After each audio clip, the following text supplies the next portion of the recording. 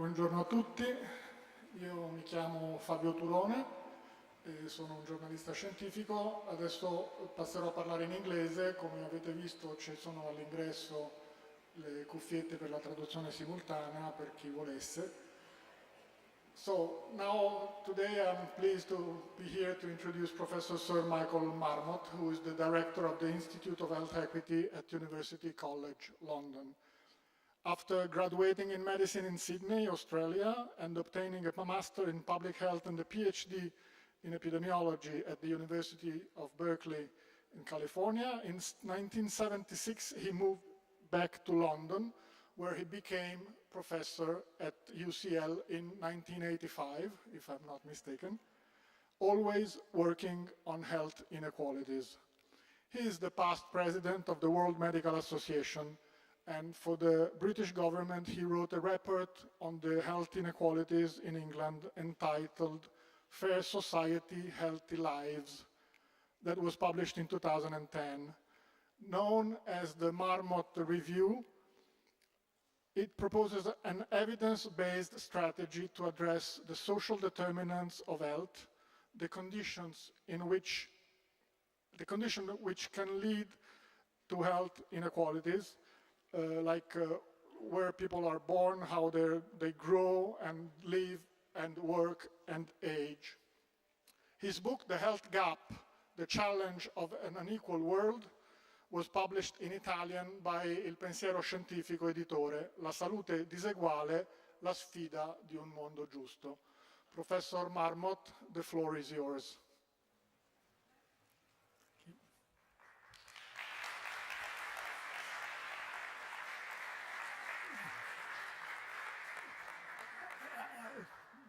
I've been locked up all through the pandemic. What a pleasure the first time I come out of hibernation to be in this aula magna. So thank you. I was asked to talk about the future of medicine. I'm not going to talk about the future of medicine. I'm going to talk about the future of health. The opening line of my book, The Health Gap, was why treat people and send them back to the conditions that made them sick. Particularly during a pandemic, we think a great deal about the medical care system, rightly so, but my focus is on the conditions that make people sick. As you just heard, somehow that seems very Italian to have me on the cover of the book, declaiming La salute diseguale. I'd quite forgotten a few years ago the Trento Festival of Economics had as its theme La salute diseguale. And I went to Trento and I saw all these signs saying La salute diseguale. And there was a life-size version of me. I had to take a photo. I sent it to my children. And one of my sons said he thought the cutout looked better than the original, but that's why you have children. And Luca De Fiore, the publisher, he posted a crossword of La Repubblica, 146 down, British physician, founder of social epidemiology. I want to put that on my curriculum vitae, that I'm in a crossword puzzle. I doubt that many Italians solved the puzzle that day, but Luca De Fiore did. So to come back, what good does it do to treat people and send them back to the conditions that made them sick? I'm going to talk a lot about British data, not because I want you to get interested in Britain, but because we have good data that illustrate the problem. So it's not exclusively about Britain, but the data. This plots life expectancy in neighborhoods, with every neighborhood classified by the index of multiple deprivation. And what you can see up here. I can't point to it, but you can see it. There we are. What you can see is that people near the top, in the least deprived, most affluent neighborhoods, have shorter life expectancy than people at the top. People in the middle have shorter life expectancy than people near the top. All the way from top to bottom, it's a social gradient. And commonly, when people think about health inequalities, they think rightly about the poor health of the poor. The poor do have poor health. But the challenge here is the gradient. People in the middle, you and I, everybody below the very top, have shorter life expectancy than those at the top. And that's a different kind of challenge. And I'll come back to that, of how we approach that challenge. And it's not just the UK. This is the life expectancy gap by education, between the highest and lowest level. Slovak Republic, Poland, for men and women. And you can see it's huge. It's much bigger in the former communist countries of Central and Eastern Europe, Slovak Republic, Poland, Hungary, Estonia. There's the EU14. Italy looks pretty good, as do the Nordic countries. It varies enormously, but all countries have this social gradient. As you heard in the introduction, I was invited by the British government to conduct a systematic review of health inequalities and what we could do. And we reported in 2010, Fair Society, Healthy Lives, the Marmot Review. And we made 6 domains of recommendations that I'll show you. And then in February 2020, on the 10-year anniversary of the Marmot Review, we published the Marmot Review 10 years on. And this was just before the pandemic. So what we were reporting was what had happened to health and health inequalities in the decade before the pandemic hit. And my simple summary was, we lost a decade, and it shows. Life expectancy for women and for men had been increasing about 1 year every 4 years. I've taken it back to 1980 here. I could take it back to 1900. 1 year every 4 years. In 2010, there was a break in the curve. And the rate of improvement slowed and just about ground to a halt. What happened in 2010? We had a new government elected. Let me put it this way. If you were the government and you had an ambition to slow the improvement of health, you could look back and say, we did that. No one else had managed to do that, but we did it. Aren't we clever? Well, I don't think that was the government's ambition. Their ambition was to roll back the state. Their ambition was to cut public expenditure, austerity. And the question is this a consequence of that ambition? They weren't too happy with me. They said, well, perhaps we've reached peak life expectancy. It's got to slow sometime. So we looked at other countries. Annual life expectancy improvement in weeks, Estonia, Norway, Slovakia, Hungary. There's the UK. We had the slowest improvement of any rich country except Iceland and the United States. No, we had not reached peak life expectancy. Something bad was going on. And the inequalities were increasing. And you have rather similar picture in Italy. There was an atlas published a couple of years ago showing the social gradient in mortality in Italy in every region. Low education, high mortality in every region, but it's worse off to be in the south, in Calabria, than it is in Trento. Higher mortality for low education in Calabria than in Trento. And what we see here is slightly different to the Italian picture. If you're rich, it doesn't much matter which region you live in. Life expectancy was improving a bit for the least deprived 10%. For the most deprived 10%, it was going up in London, but going down in virtually every region outside London. So this is where we were after a decade of Conservative-led coalition government. Life expectancy had stopped improving. Inequalities in health were increasing. And health for the poorest people was getting worse. This is really shocking. We're used to health getting better all the time.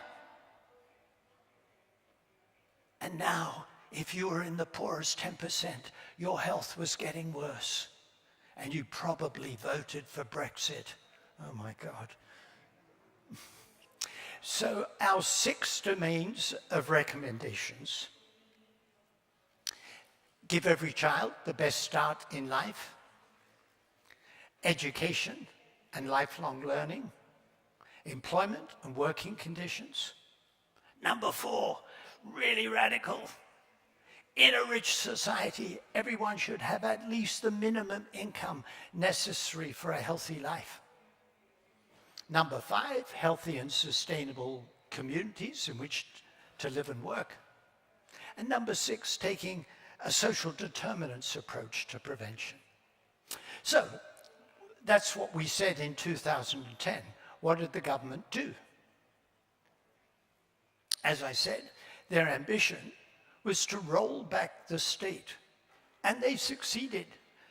Public sector expenditure was 42% of gross domestic product in 2009-10, and by the end of the decade, that 42% had become 35%. And as I'll show you a bit later, that's very low in European terms, 35%. I said I'd come back to the gradient.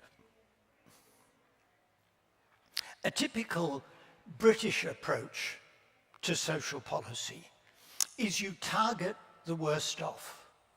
You have means-tested benefits. You screen people. Are you someone in need? You go through elaborate screening, say, right, you're in need, we'll give you benefits. A Nordic approach is you have universalist policies. It applies to everybody. So I tried to combine these two, and I called it proportionate universalism. We want universalist policies with effort proportionate to need. I'll come back to levelling up. The government, our current government, has an agenda which they call levelling up. But here's the social gradient. Less deprivation, higher life expectancy, better health. We want effort proportionate to need. If you focus only on the worst off, you miss the gradient. So that was my recommendation in 2010. What did we get? This is spending by local government after 2010. The grey bars are total local authority spending per person. In the least deprived 20% of areas, the spending per person by local government went down by 16%. Then, the greater the deprivation, the greater the reduction. In the most deprived 20%, the spending per person went down by 32%. What we've got here is effort inversely proportionate to need. The greater the deprivation, the greater the need. The greater the need, the greater the reduction in spending. Could this have played a role in the slowdown in improvement in health, the increase in inequalities, the worsening health in poor people? Yeah, I think it could. Very plausible. I won't go through all of my 6 recommendations, but let me start with childhood. Give every child the best start in life. Childhood poverty is defined as living in a household at less than 60% of median income. Before housing costs, 17% of children were growing up in poverty. After housing costs, 27%.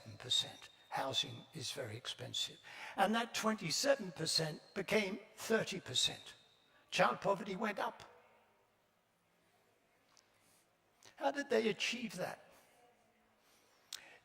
This is changes in net household income due to tax and benefit reforms after 2010. The red are families, adults of working age with children. So if you were in the poorest 10% of household income, your income would have gone down by 20% as a result of changes that the Minister of Finance made to the tax and benefit system. If you're in the next 10%, your income would have gone down by 12%. And then the richer you were, the less the reduction. Some reduction at the very top, but nowhere near as big as at the bottom. I sat with a former government minister in this government and said, your government's policy was to make poor people poorer. And he looked a bit embarrassed. He said, perhaps it was not our explicit policy.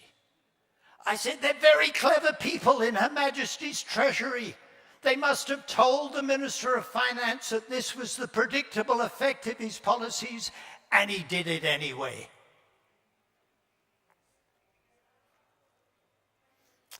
That was all pre-pandemic. I waited 10 years to do my 10-year on review. I waited only 10 months to do the COVID-19 Marmot review. Unlike what some commentators said in Italy, that this was the great leveler, that we're all exposed, absolute garbage.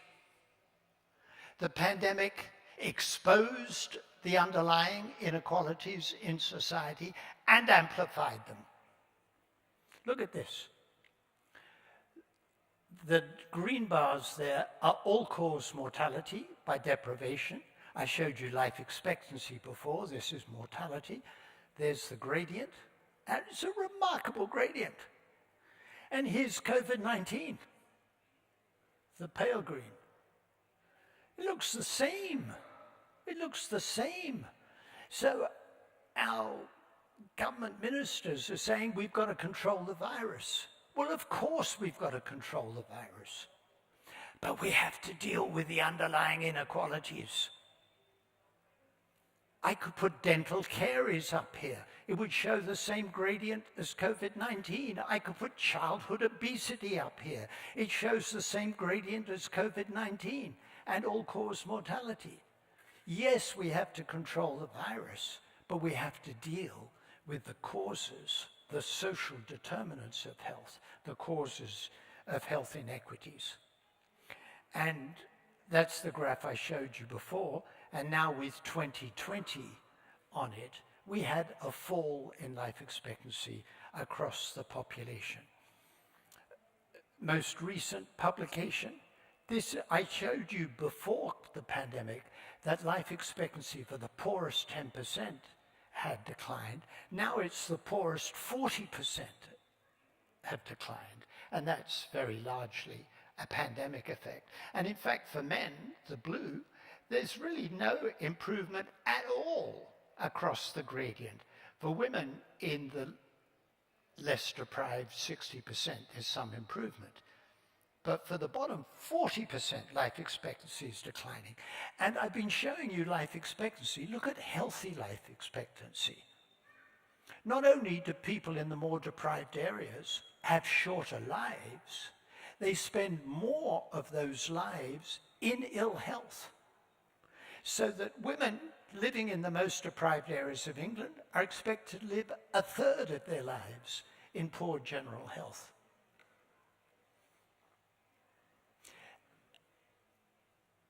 Our government ministers say, oh yeah, we got the big decisions right.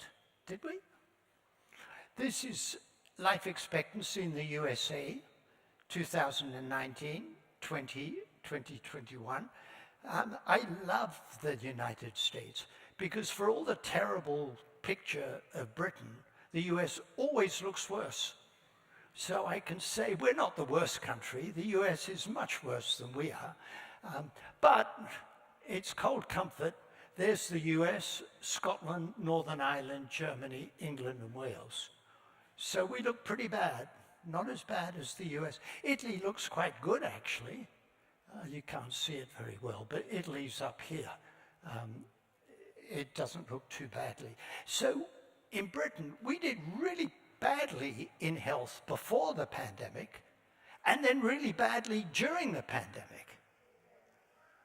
Oh dear. And I ask myself, what's going on? I think of health as a measure of how well we are doing as a society. And pre-pandemic, life expectancy was stalling, inequalities were increasing, and life expectancy for the poorest people was falling. And that slowdown, as I told you, was nearly the greatest of all rich countries, except Iceland and the US. And then, at least in the first wave of the pandemic, we had the highest excess mortality. And as I've just shown you, the drop in life expectancy, 2020, 2021, was greater than in any other country except the United States, among 20 rich countries. And what's the link? I think poor governance and political culture, social and economic inequalities were increasing. Given the huge reduction in public services that I showed you, we were ill prepared coming into the pandemic, and we weren't very healthy. So I'm supposed to be talking about the future, but it's built on the past. Public spending on early child education and care. Are they telling me to stop? Public spending on early childhood. Norway spends about $13,000 per child. The OECD average is around $6,000. Italy is below the average. The UK is well below the average, but thank goodness for the United States, that's worse. So I say, my God, we're limping along worse than average in the UK, and in this measure, Italy too. Is that where we want to be as a country? Is that our ambition? Not to spend on early child development and education? What more important use of public money could there be? And the US looks worse. Child poverty, Iceland, Czech Republic, Denmark, Finland, Korea, 10, 11%. United Kingdom, way up there. Italy doesn't look so good. And the United States looks worse. Access to computers from home in Europe, which of course was vital through the pandemic with schools locked down. Netherlands, Luxembourg, Finland, Germany, and wasn't so good in Italy. Childhood poverty, looking at PISA scores. PISA, you think of PISA as, it's not that. PISA is the program of international student assessment done by the OECD. And it looks at performance on education. UNICEF report card 16, so low word score at age 14, the number of points in time between infancy and 14 when a child was in poverty. So the greater the number of times a child was in poverty, the more likely they were to have a low word score on a PISA test, the more likely they were to be obese. Poverty in a country like the UK or Italy is not associated with thin children, it's associated with obese children and depression. Changes in per pupil funding for public schools in Britain by quintile of deprivation. So this is change, and every year the funding for schools went down, but it went down more in the deprived area. And then during the pandemic, the funding went up, but it went up more in the less deprived area. Government policy is to increase inequalities. It's not a surprise that health inequalities increase. If we want to think about the future, we've got to make clear what priority we are going to put on reducing social and economic inequalities. PM 2.5, air pollution, that's EU 27. Italy higher than the average. In fact, the UK is about the WHO guideline, about a bit below the average. And in the UK, the greater the child poverty, the greater the PM 2.5. So bad enough to grow up in poverty, you're more likely as a child to be exposed to high levels of air pollution, among all the other problems. Fair employment and good work for all. Unemployment rate of 15 to 29-year-olds. There's Italy, does not look good. There's the OECD average. UK is just a bit better than average. Unemployment benefits. If you're going to be unemployed, do it in Denmark. 90%, the unemployment benefit is 90% of the previous salary. In Sweden, 80%, Italy, 75%. In the UK, so-called universal credit, the unemployment benefit is 14% of the median wage. 14%. If you're unemployed, by God, we punish you. And impact of COVID-19 on equivalized disposable income in the EU. So had there been no policy changes, and by decile, you can see that COVID-19 would have, as I said, exposed and amplified the underlying inequalities. The greater the deprivation, the greater the drop in income. There were policy changes, so it's still true that the more deprived had a bigger drop in income. But at least the policy changes mitigated that impact. I said we dropped the taxation level, the public expenditure level, to 35%. And there's a lot of criticism in the UK saying, oh, well, government's very high tax. And I say, what are people talking about? Look at the data, look at the evidence. There's the UK, 35.8%, Finland, 52%, France, 51%, Italy, 47.5%. We're a low-tax country. We're not a high-tax country.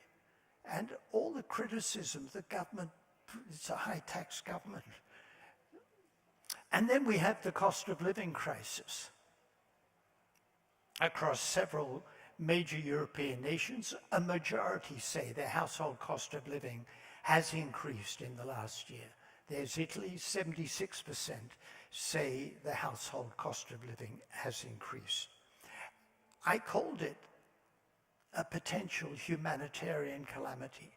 I wrote a piece in the Guardian newspaper talking about the impact that the cost of living crisis will have on the opportunity for people to lead lives of dignity.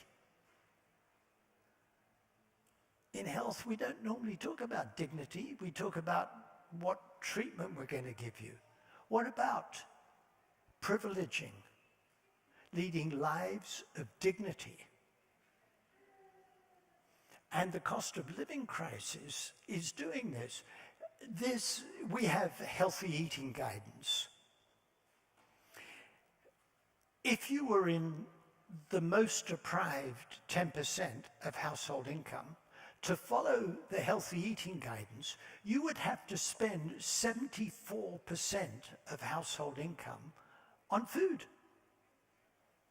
And we have public commentators saying people are so ignorant, they don't know how to cook, they don't know how to eat, they've only got themselves to blame.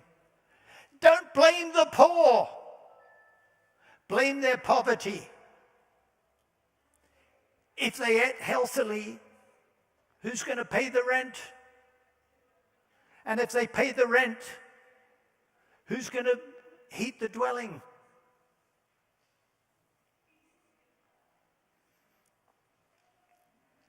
One of our think tanks did this calculation. Incomes 2021 to 2022.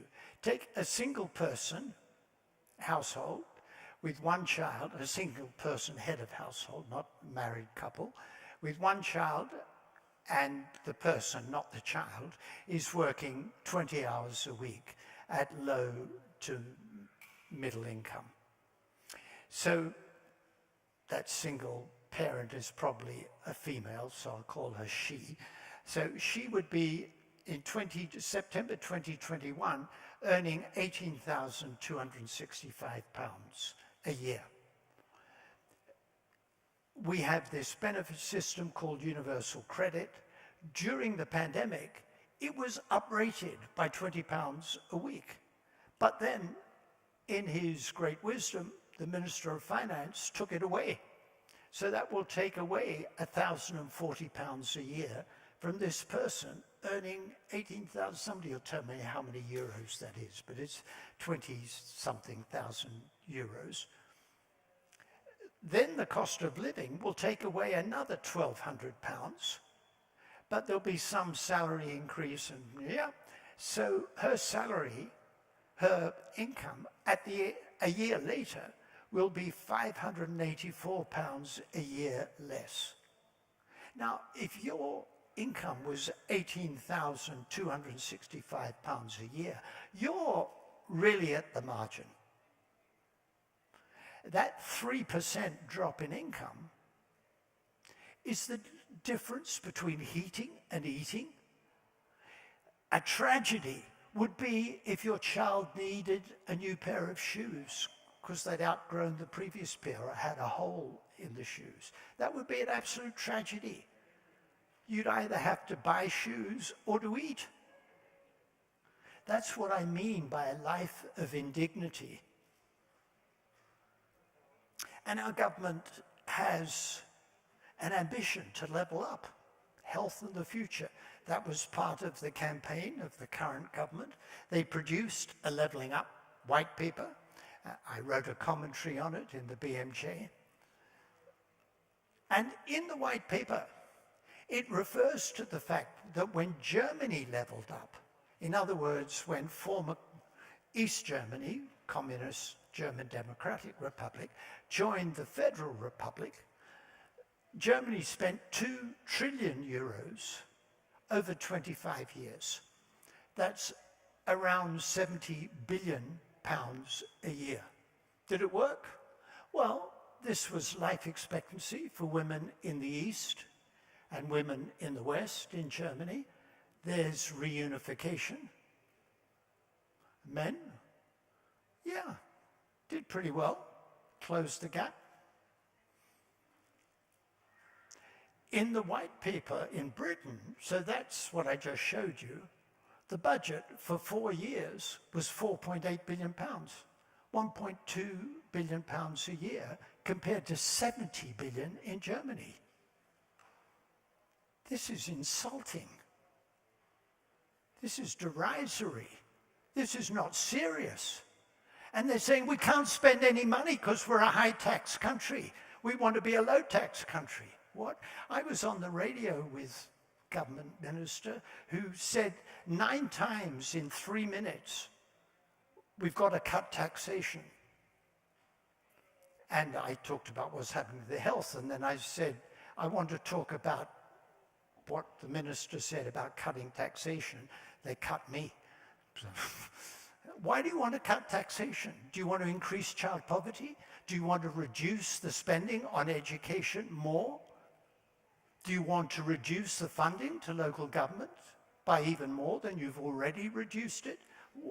What do you want to achieve by cutting taxation? We're already at the low end of the European range.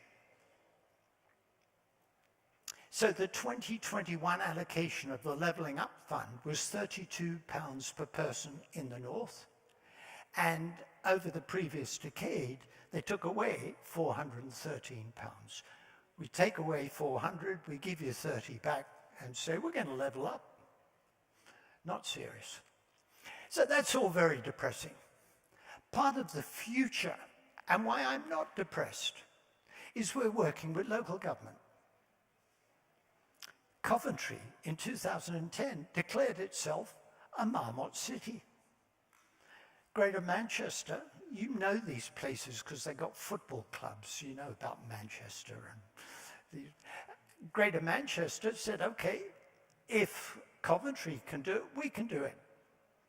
So they declared themselves a Marmot city region. The town of Luton, Waltham Forest, we produced a report last week for Cheshire and Merseyside, which contains Liverpool, Lancashire and Cumbria, Leeds, north of Tyne. Gwent wants to be the first Marmot region in Wales. Really exciting. So if we can't get national government to act, let's work at a local level or a regional level. That's Coventry, I won't go into it. This was our report, Build Back Fairer in Greater Manchester, Health Equity and Dignified Lives.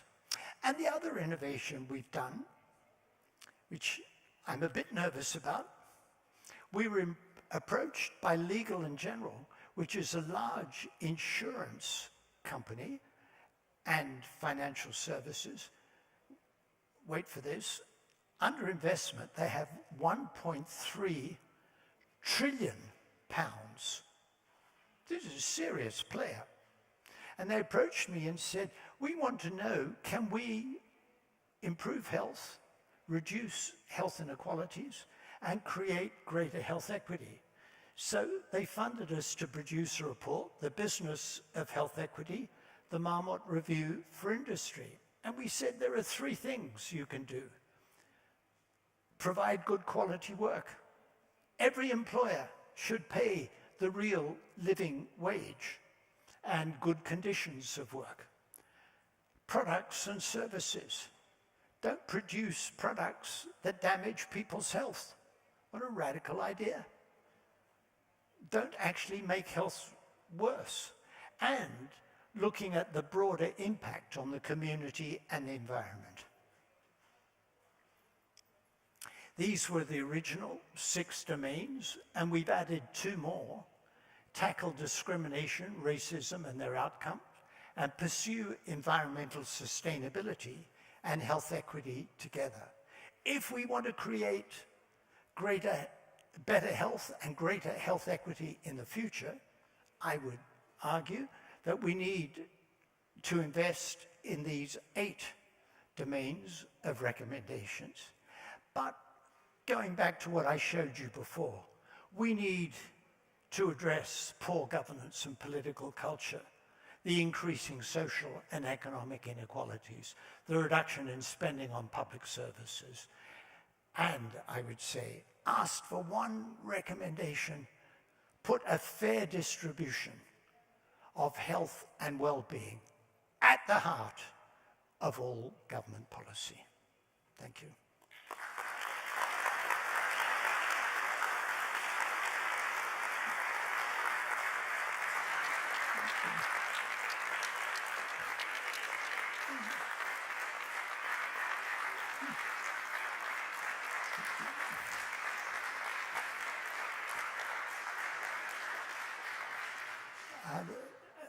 chair said that I should ask you if you have any questions, and if you want to pose them in a language that's a bit difficult for me, please feel free to do so.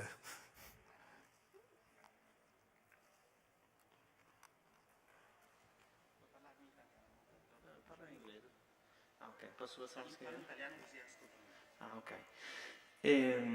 Allora, la mia domanda è, innanzitutto volevo dirle che siamo onorati di averla qui, perché sappiamo qual è stato il suo ruolo nel gettare luce sulle disuguaglianze in salute e sul fatto che le disuguaglianze in salute uccidono su larga scala, e quindi è un onore poterla incontrare e averla qui. E un'altra cosa che a me viene in mente guardando quei dati, io studio comunque salute globale da diversi anni, dal primo anno in cui ho iniziato medicina, è che vedendo il fallimento dei nostri governi, delle nostre istituzioni nel promuovere una salute che è equa all'interno delle nostre comunità, mi domando, stiamo fallendo anche noi all'interno come medici della sanità pubblica nel promuovere una equità in salute? Come possiamo migliorare la nostra capacità di fare ricerca all'interno delle comunità e fare advocacy all'interno delle comunità?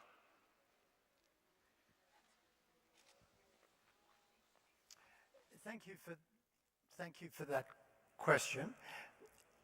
Let me answer it by, I was in Britain, it may not sound like this, I'm very happy to talk to the politicians.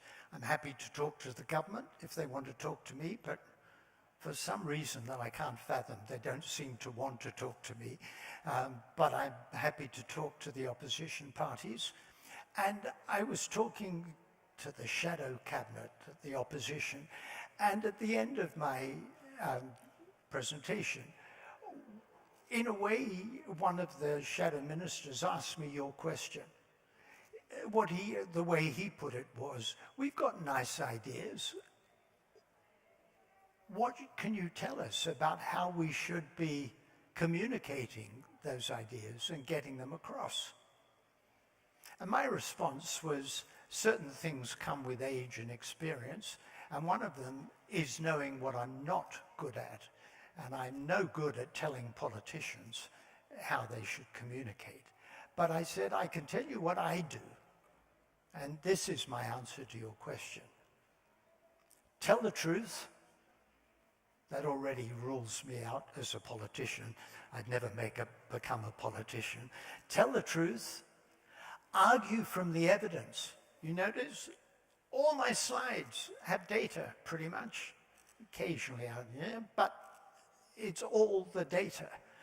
Tell the truth, argue from the evidence, and engage people in a discussion about social justice and dignity. Now, I think that's what we have to do.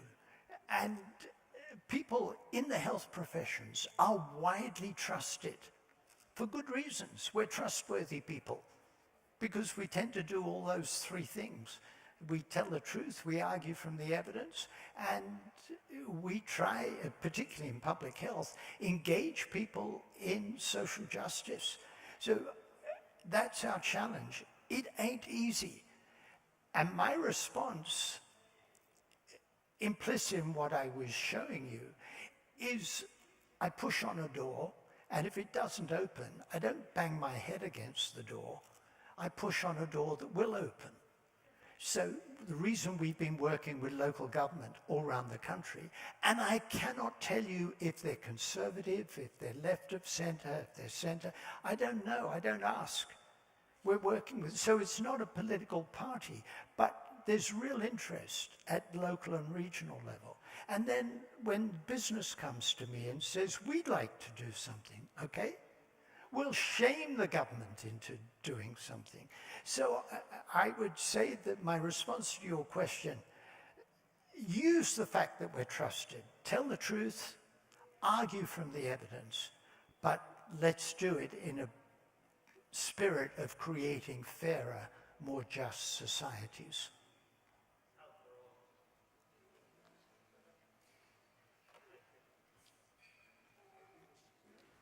Yeah. Anche in inglese, non in italiano, così capisco. Ah, ok. I'm told I have to speak Italian. Grazie per il discorso che è molto interessante, è pieno di fatti, però non pensa lei che magari oggi come oggi i valori valgono più dei fatti? Perché, per fare un esempio, si sa che negli Stati Uniti la gente pensa che la povertà è la colpa delle persone che sono poveri, che